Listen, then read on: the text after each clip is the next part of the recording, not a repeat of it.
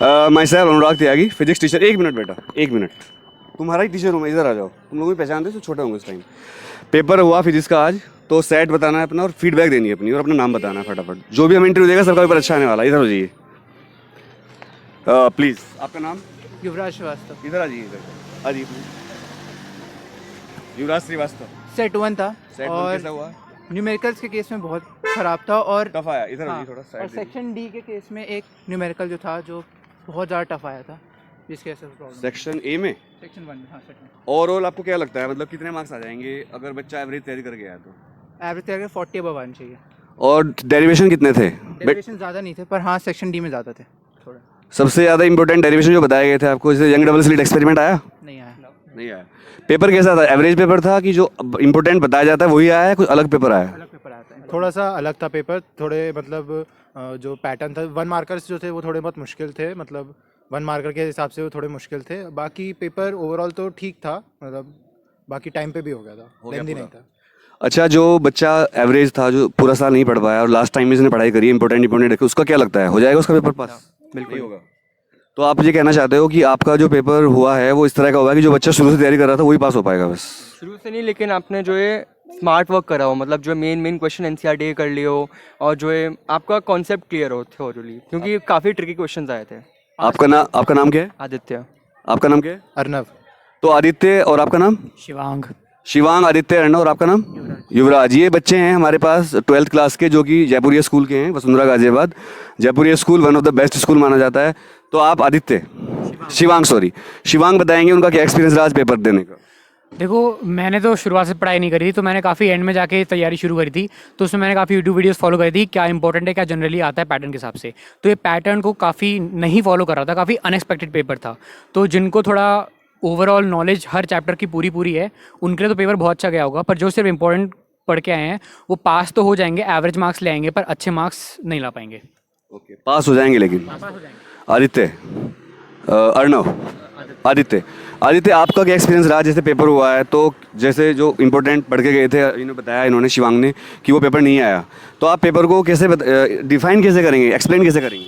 Complicated था, आपको जो है उसकी जो है पूरा आइडिया होना चाहिए, बेसिक कॉन्सेप्ट होना चाहिए, और जिसके मैंने क्वेश्चंस एनसीईआरटी से करे थे तो वो मेरा कॉन्सेप्ट क्लियर था और मुझे हो गए थे। बस जिसके मैंने सिर्फ मैं थ्योरी पढ़ के गया था, कोई प्रैक्टिस नहीं करी थी, उसमें मुझे बहुत टाइम लगा और मेरा पेपर थोड़ा 1 मार्क का छूट गया। एमसीक्यू कैसे थे? एमसीक्यू जनरल थे या थोड़े टफ थे?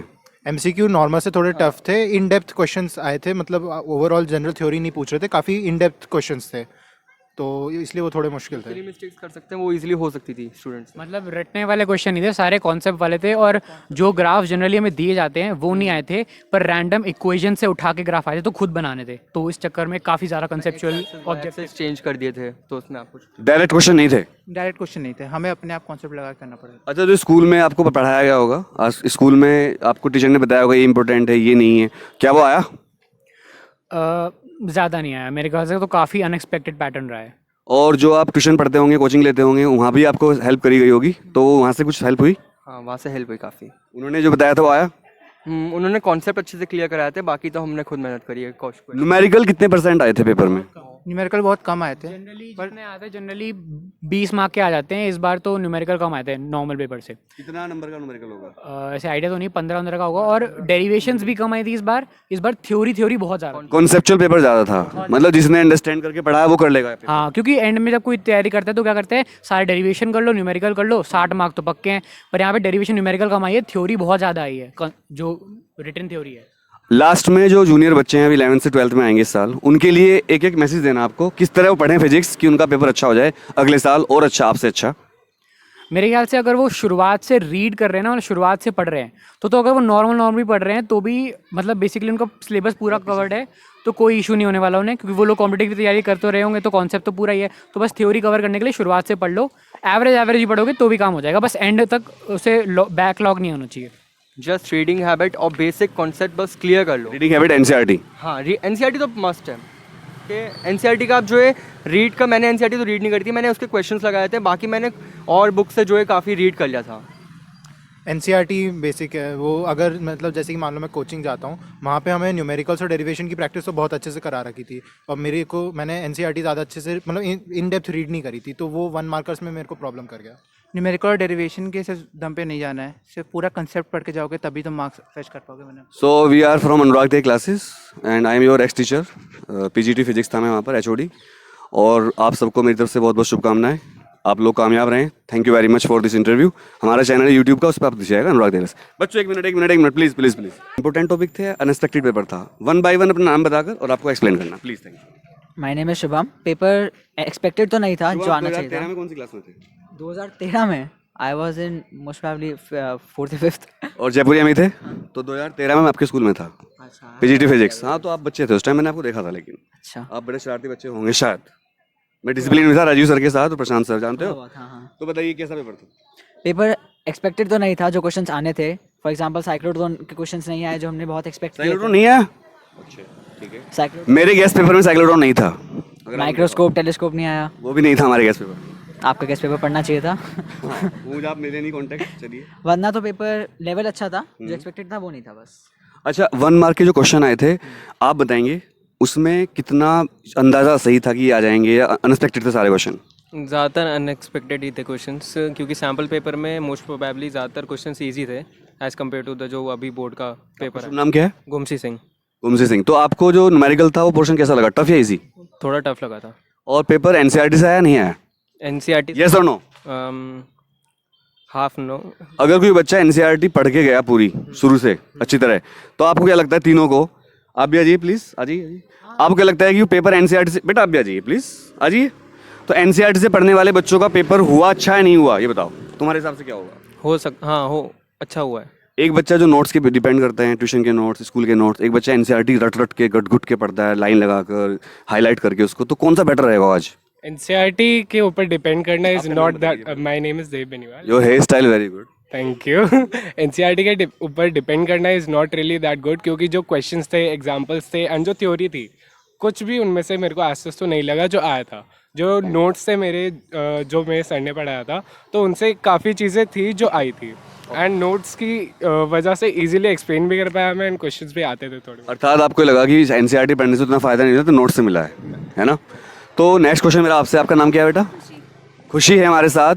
और खुशी, आपको क्या लगता है पेपर इजी था, टफ था या मीडियम था? मीडियम था पेपर। एज कंपैरिजन ऐसा भी नहीं था कि बिल्कुल ही हार्ड हो, बट इजी भी था। डेरिवेशंस भी थी उसमें और न्यूमेरिकल्स भी थे, तो लेवल ठीक था पेपर का। I am Anurag Tyagi from Anurag Dev classes, और मैं I was PGT physics in school for 3 years। लेकिन अब मेरा ऐसा लग रहा है कि इधर हो जाइए, थोड़ा सा चोट लग सकती है किसी को, इधर हो जाइए प्लीज़। नेक्स्ट क्वेश्चन ये है कि भाई अगर कोई बच्चा गया है केवल 1 मार्क पढ़ के, 1 मार्क 2 मार्क, तो उसका पेपर कैसा हुआ होगा? बहुत बेकार। 1 मार्क 2 मार्क का अगर वो पढ़ के गया तो बाकी भी आता ही होगा। थोड़ी बहुत डेरिवेशंस तो अटेम्प्ट कर ही लेगा। पेपर एवरेज था, इजी था, कोई भी अटेम्प्ट। खुशी बता रही है पेपर इजी था और सब बच्चों ने बताया पेपर टफ था। खुशी अच्छी लड़की है, पढ़ने वाली बच्ची है। प्री बोर्ड में कितने थे खुशी? 50s में। 50s में थे, तो अब तो आपके मेरे ख्याल 65-67 आने चाहिए मिनिमम, अगर 50 थे मेरे हिसाब से। आपके प्री बोर्ड में कितने मार्क्स थे? 30s में।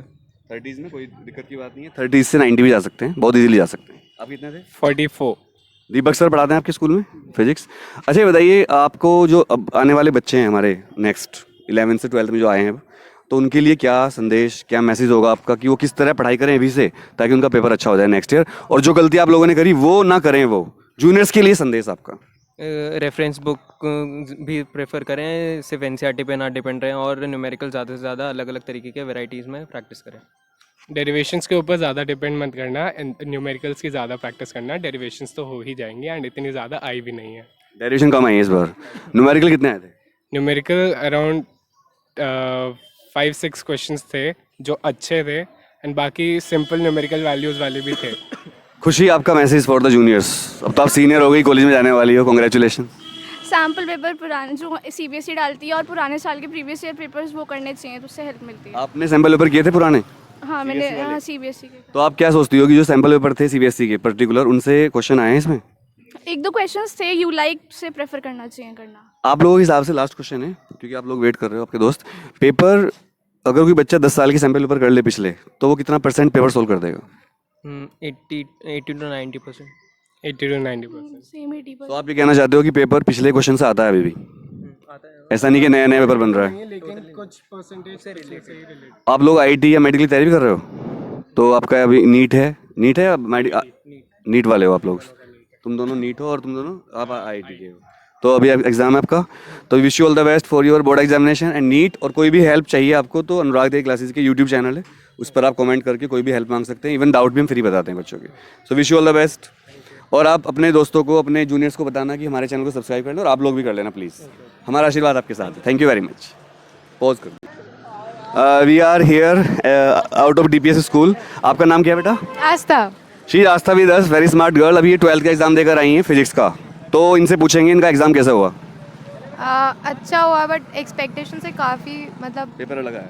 हाँ काफ़ी अलग। आस्था अभी बताइए, आपने जो तैयारी करी थी वो NCERT बेस्ड थी या जो नोट्स होते हैं या फिर अलग अलग तरह की बुक्स होती है उसके हिसाब से करी आपने? मैंने नोट्स और एक्स्ट्रा मटेरियल से ही करा था, NCERT से कम किया था बट किया था। NCERT आपने ज़्यादा नहीं पढ़ी? तो आपको क्या लगता है आस्था, पेपर NCERT बेस्ड था या एक्स्ट्रा बेस्ड था? मतलब मिक्स टाइप ही था, मतलब दोनों तरफ के कॉन्सेप्ट तो लग ही रहे, मतलब कॉन्सेप्ट तो सेम होते ही हैं बट क्वेश्चन लेवल थोड़ा अलग था। हाँ। न्यूमेरिकल कितने % आया आस्था आपके हिसाब से? मतलब अगर देखा जाए 70 का पेपर होता है तो कितने नंबर के न्यूमेरिकल थे? 15 के आसपास। 15 के आसपास, बिल्कुल सही बताया आपने, इतना ही हमने एनालिसिस किया है। अच्छा आस्था ये बताइए, जो आने वाले स्टूडेंट्स हैं, 11th के बच्चे 12th में आ गए, आपके जो जूनियर्स हैं, उनको आप क्या मैसेज देना चाहती हो, क्या सलाह देना चाहती हो कि वो किस तरह तैयारी करें, उनका पेपर अच्छा हो अगली बार, जो गलती आपने करी पूरे साल वो ना करें? जी बेसिकली उनको थ्योरी पार्ट पे और थोड़ा फोकस करना चाहिए, बट इस बार थोड़ा जो था वो कम था थ्योरी, बट था कॉन्सेप्चुअल बहुत ज़्यादा था। 1 मार्कर में काफ़ी गलतियाँ होती हैं बच्चों से, तो उस हिसाब से उस पर इम्प्रूव करना चाहिए और न्यूमेरिकल की प्रैक्टिस होनी चाहिए। MCQ कैसे थे? टफ थे, इजी थे, मीडियम थे? मैं थोड़ा ब्लैंक हो गई थी, तो मैं कुछ फॉर्मूलेस वगैरह भूल गई थी, वो हो जाता है, किसी के साथ भी हो सकता है। तो उसी चक्कर में तो मैं तो यही कहूँगी कि आपको शुरू से मतलब MCQ बेस में प्रैक्टिस रखनी चाहिए। और जो आपका ग्राफ के क्वेश्चन आए थे, तो ग्राफ इजी थे, टफ थे? इजी ग्राफ्स थे। सबसे टफ क्वेश्चन कौन सा लगा? पेपर दिखाइए अपना। सबसे सेट कौन सा था? सेकंड। सेट दिखाइए खोलकर। एक बार पेपर दिखा दीजिए। मेरा थोड़ा मॉडर्न वीक था तो इसको ऐसे रखिए अपने, इसको ऐसे यहाँ पर रखते हैं। हाँ बताओ कौन सा इसमें? हाँ ऐसे उधर से ले आप। सारे क्वेश्चंस मतलब ये इनका सेट देखिए, सेट 2 है 55 4/2, और ये है हमारा पेपर यहाँ शुरू हुआ है। इंस्ट्रक्शन पढ़ी थी सारी? हाँ जी। इंस्ट्रक्शन पढ़ी थी या बिना इंस्ट्रक्शन के पढ़े शुरू कर दिया था? नहीं इंस्ट्रक्शंस पढ़ी थी। अच्छा, आपको इंस्ट्रक्शन, कोई नई इंस्ट्रक्शन मिली इस साल? नहीं वैसे तो कोई नहीं थी, बाकी सारी मतलब जो जनरल होती हैं वही थी, बाकी प्री बोर्ड्स में भी यही आती थी। ये जो आप स्कैनर ये देख रही हो, स्कैन वाला कोड, ये पहली बार आया ना? हाँ ये है ना, ये फर्स्ट टाइम है। अच्छा ये बताइए, इसमें सबसे टफ क्वेश्चन कौन सा था MCQ का? सेट 2 की बात कर रहे हैं। MCQ का मतलब सर सेट इसमें घूम गई आप दिमाग। We are here Anurag Dev classes से, हम यूट्यूब चैनल हमारा। तो आज ये 12th के बच्चे हमारे साथ हैं जो कि सेंट टेरेसा स्कूल से हैं और अभी 12th का एग्ज़ाम देकर आए हैं। तो इनसे हम पूछेंगे कि पेपर कैसा हुआ और आने वाले बच्चों को क्या वो सलाह देना चाहेंगे। आपका सेट कौन सा था? सेट 1 था। आपका नाम क्या है? परजन्य पांडे। पांडे जी हैं हमारे साथ। तो आप पांडे जी बताइए कि जो पेपर हुआ था उसके बारे में, उसका एनालिसिस क्या है आपका इस टाइम दिमाग में, कैसा पेपर था वो? पेपर ट्रिकी था, थोड़ा सा लेंदी भी कह सकते हैं उसको, और वैसे अगर पढ़ा हो तो काफ़ी इजी था देखा जाए तो। पढ़ा हो तो काफ़ी ज़्यादा इम्पोर्टेंट, पढ़ा हो तो बाकी देखा जाए मतलब मेरे व्यूज़ में तो पेपर सही था काफ़ी। सेम क्वेश्चन सबके लिए रहेगा। आ गया जी। पेपर इजी था? पेपर सही था, इजी तो नहीं कहूँगा मैं, मीडियम टफ नहीं था, ज़्यादा टफ नहीं था। हाँ। आपका सेट 2 था? सेट 1। अच्छा, मेरा यही क्वेश्चन आपसे भी रहेगा, अपना नाम बताइएगा। पेपर के बारे में आप क्या कहेंगे? पहली 3 लाइन आपके दिमाग से, मम्मी पूछेगी घर जाकर, पापा पूछेंगे बेटा पेपर कैसा था, तो आप क्या बोलोगे? सच दिल से क्या बोलोगे? मम्मी पापा नहीं, दिल से, दिल के अंदर क्या है? मॉडरेट था पेपर, मीडियम। टफ था? टफ नहीं था, मीडियम था। आपका शुभ नाम? Vineet Singh Negi. He is Vineet Singh Negi from Uttarakhand. Negi साहब है हमारे साथ। नेगी साहब ये बताइए कि अब जो पेपर आपका हुआ है उसमें MCQ टफ थे, इजी थे? MCQ टफ थे। ग्राफ के क्वेश्चन ज़्यादा आए थे, कम? ग्राफ के क्वेश्चन कम थे। डेरिवेशन पढ़े हुए आए या नहीं है? डेरिवेशन पढ़े हुए नहीं आए। स्कूल में जो इम्पोर्टेंट बताया था वो आया नहीं आया? वो आया। जो आपने नोट्स बनाए थे वो ज़्यादा कामयाब रहे, बुक्स ज़्यादा कामयाब रही? दोनों। नोट्स अपने बनाए थे, टीचर ने दिए थे? टीचर के भी थे और खुद के भी बनाए हुए थे। ट्यूशन, होम ट्यूशन लगाया था, कोचिंग में गए थे? कोचिंग। स्कूल ज़्यादा बेनिफिशियल था, कोचिंग? दोनों। एक, झूठ मत बोलना। स्कूल। वेरी गुड, जय उत्तराखंड। आप साथ रहिए, अभी इंटरव्यू खत्म नहीं हुआ, सबका साथ चलता रहे, सबका साथ चला। बेटा आप आ जाओ। खुशी, देखो खुशी से हम पूछेंगे वीमेन फर्स्ट। खुशी, आपका पेपर पूरा नाम क्या है बेटा? खुशी खुराना। शीज खुशी खुराना, और ये अभी 12th का पेपर देकर आई है। सेट कौन सा था आपका? 1। सेट 1। खुशी, आपके प्री बोर्ड में कितने मार्क्स थे फिजिक्स में? प्री बोर्ड मुझे याद नहीं है, कोई अंदाजा आसपास? 20s में थे। 20s में। आपके प्री बोर्ड में कितने मार्क्स थे? 32। 32। देखो, प्री बोर्ड में टीचर बहुत खींच के नंबर देते हैं और ज़्यादा बच्चे सीरियस भी नहीं होते उस टाइम। इवन मेरे भी प्री बोर्ड में आपको तो 32 नंबर थे और बोर्ड मेरे 98 नंबर थे। इतना अंतर आता है, 32 टू 98 मैंने कूदा। तो इसमें कोई घबराने वाली बात नहीं। इवन मेरा एक दोस्त था, उसके प्री बोर्ड में फेल था, 19 नंबर थे और बोर्ड में उसके 96 आए थे। तो ऐसा कुछ नहीं होता। हमारे टाइम पे बोर्ड बहुत टफ होता था, 10 साल पुरानी बात हो गई है। So next question from you. आप बड़े स्मार्ट लग रहे हो, हेयर स्टाइल बहुत अच्छा है आपका, I like your hair style. What's your name? Satvik. Satvik, आपने जो पेपर दिया है, सच सच बताना है क्योंकि ये सब दोस्तों वाली मीटिंग चल रही है हमारी। आप क्या बोलोगे, पेपर इजी था, टफ था या मीडियम था? मीडियम था, बट ज़्यादा पढ़ा नहीं था तो मेरे लिए टफ था। बहुत ईमानदारी से उन्होंने बताया कि वो बहुत तैयारी नहीं कर पाए ड्यू टू सम रीजंस, तो उनके लिए तो पेपर थोड़ा टफ लगा। जब आपके हाथ में पेपर आया सात्विक, तो क्या थी पहली फीलिंग फेस पर जब पेपर पढ़ लिया थोड़ा बहुत? डर गया था। मतलब हैं? ठीक है। अच्छा, आपको नेगी साहब कैसा लगा जब आपने पेपर पकड़ा पहली बार? तो लगा तो कुछ फीलिंग क्या थी? फीलिंग यही थी कि मतलब टफ ही लग रहा था शुरुआत में तो, लेकिन जैसे करते गए तो फिर तब मॉडरेट। हाँ, वैसे ऐसे ही होता है, जब पेपर मिलता है तो टफ लगता है, लेकिन धीरे धीरे पेपर इजी लगने लगता है जब हम पढ़ते हैं उसको। शुरुआत में घबराहट होती है। खुशी से पूछेंगे अगेन। खुशी, आपको न्यूमेरिकल कितने नंबर के लगे कि आए हैं? न्यूमेरिकल मतलब ऐसा कोई परसेंटेज नहीं पता, बट मिक्स थे न्यूमेरिकल के साथ, डेरिवेशन के साथ न्यूमेरिकल, और डेरिवेशन को यूज़ करके एमसीक्यूज थे, तो ऐसा कोई आइडिया तो नहीं है। कितने नंबर के न्यूमेरिकल आए होंगे आपके हिसाब से? मोस्टली मतलब आइडिया नहीं है। हाँ, 15 से 20 नंबर। 20 नंबर से ऊपर तो नहीं आए ना। सबसे टफ क्वेश्चन आपके हिसाब से कौन सा था एग्जाम में? क्योंकि वेव ऑप्टिक्स पढ़ के नहीं गया था, तो वेव ऑप्टिक्स से क्वेश्चन। आप पता कैसे लग रहे हो? जैसे शादी, आपकी शादी है आज, बस ये हटा दो सेंट टेरेसा का लॉगिन, तो आप लग रहे हो आपकी दूल्हा है और आपकी शादी होने वाली है अभी, बस शेरवानी पहनने की देर है। हाँ, क्या फीलिंग थी पेपर देखकर?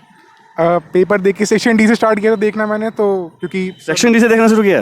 वाह, सर ने बताया था एक्चुअली कि सेक्शन डी से देखना स्टार्ट करो। स्ट्रेटजी होती है कई बार, क्योंकि उससे नंबर ज़्यादा आ जाते हैं थोड़े से। हाँ जी, तो सेक्शन डी देखा तो क्वेश्चंस आते थे, डेरिवेशंस थी बेसिकली, तो वो तो पढ़ी हुई थी, तो अच्छा लगा था देख के। फिर एमसीक्यू पे आया तो थोड़ा डर लगा कि क्वेश्चंस अजीब से आ गए हैं।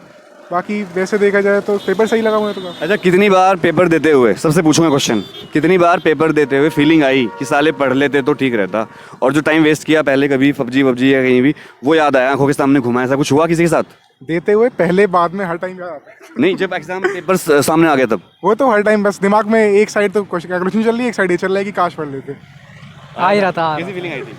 मतलब थोड़ा उस टाइम अगर इधर उधर ना जाके थोड़ा देख लिया होता, वो जो पोर्शन दे रहा था, तो बेटर लग रहा था पेपर। ऐसा पोर्शन था जो आप नहीं पढ़ पाए थे? हाँ हाँ। आपके साथ क्या हुआ? Same feeling. थोड़ा एक्सप्लेन करो, हैंडसम बॉय। क्या एक्सप्लेन करूँ मैं? मतलब जब पेपर आया तो कैसी फीलिंग आई, क्या क्या सोचा तुमने दिल में, क्या क्या हुआ? क्या मम्मी कहती है, पापा कहते हैं पढ़ लो, तो वो याद आया कुछ? हाँ, वो कल जो 4 घंटे सोया था। नहीं, कल 4 घंटे सोना बहुत ज़रूरी था। वो ना कभी भी, कल जो आप सोए वो बहुत सही किया आपने, मैं आपसे कह रहा हूँ, वो तो सही कर दिया आपने। हाँ, एग्जाम से 24 घंटे पहले नींद पूरी होनी चाहिए। ब्रेन को सो गए नहीं तो सूजन आ जाती है, ऑक्सीजन नहीं मिलती है, सारा रिकॉल नहीं कर पाओगे आप। अदरवाइज तो हमारा ब्रेन जो एक बार पढ़ लेता है वो स्टोर हो जाता है उसमें। इवन आप जो होर्डिंग भी देखते हैं ना, ये स्टोर हो जाता है सब कुछ। Anything you see here is stored, but recall नहीं हो पाता। मामला रिकॉलिंग का है। खुशी, आपके साथ क्या फीलिंग आई? आप तो वैसे मुझे लग रही हो काफ़ी सीरियस रही पढ़ने में पिछले 3-4 महीने से, है ना? सर मतलब जब कल का जो दिन था तब लगा था कि बहुत पहले से पढ़ना शुरू करना चाहिए था, क्योंकि बहुत सारी चीज़ें थी याद करने के लिए, और मतलब पेपर में इम्प्लीमेंट नहीं हो पा रहा था जो पढ़ा था। तो हाँ, मतलब काफ़ी टाइम देना चाहिए था मल्टीपल वैरायटी ऑफ क्वेश्चंस को।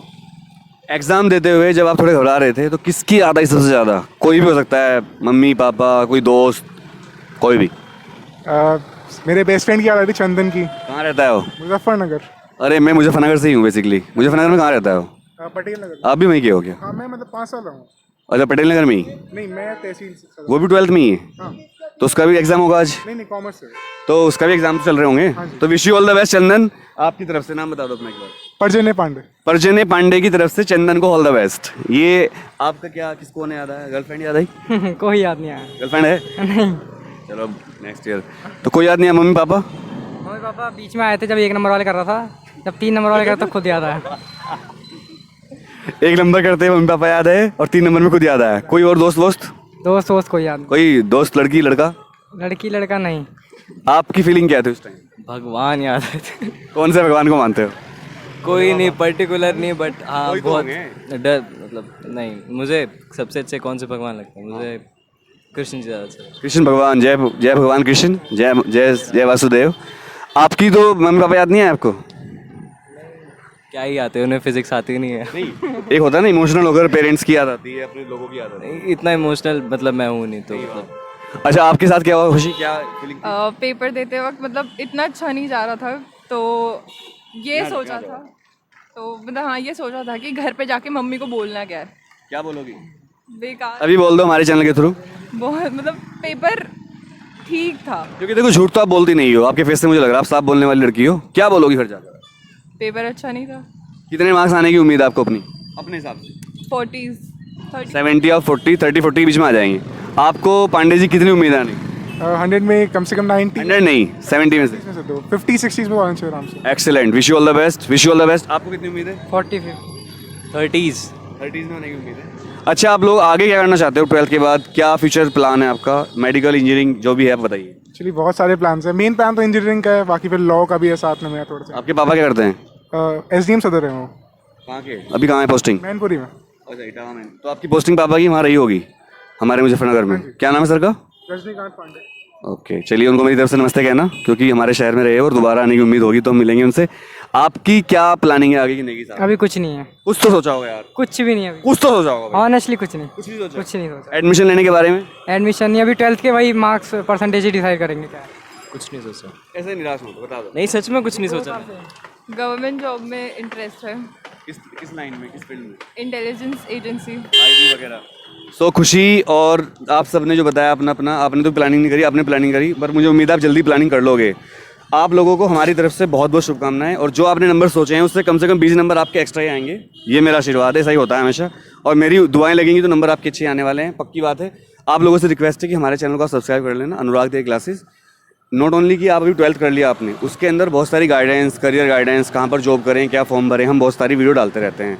आप सभी को शुभकामनाएं, आपने हमसे बात करी और आपके नंबर बहुत अच्छे आएंगे। जब नंबर अच्छे आ जाएंगे तो एक बार कांटेक्ट कर लेना मुझसे, मेरा नंबर तो गूगल मिल जाएगा आपको, आराम से अनुराग देगी डाल लेना, तो मुझे बताना नंबर कितने हैं आपके। और चैनल को सब्सक्राइब करके वीडियो आज शाम को देख लेना, अभी हम डाल देंगे इसको एडिट करके।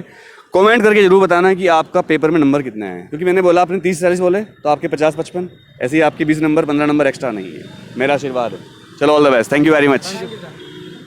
मेरे पास एक्चुअली टाइम थोड़ा कम था एमसीक्यू करने में, मेरे पास सिर्फ 15 से 20 मिनट बचे थे, तो मैंने इतना ज़्यादा ध्यान नहीं दिया एमसीक्यूज़ पर, बट जो ऊपर से आता था वो मैंने कर दिया। बाकी क्वेश्चंस तो ठीक थे, वैसे तो ज़्यादा हाई लेवल के भी नहीं थे और नॉर्मल ही थे।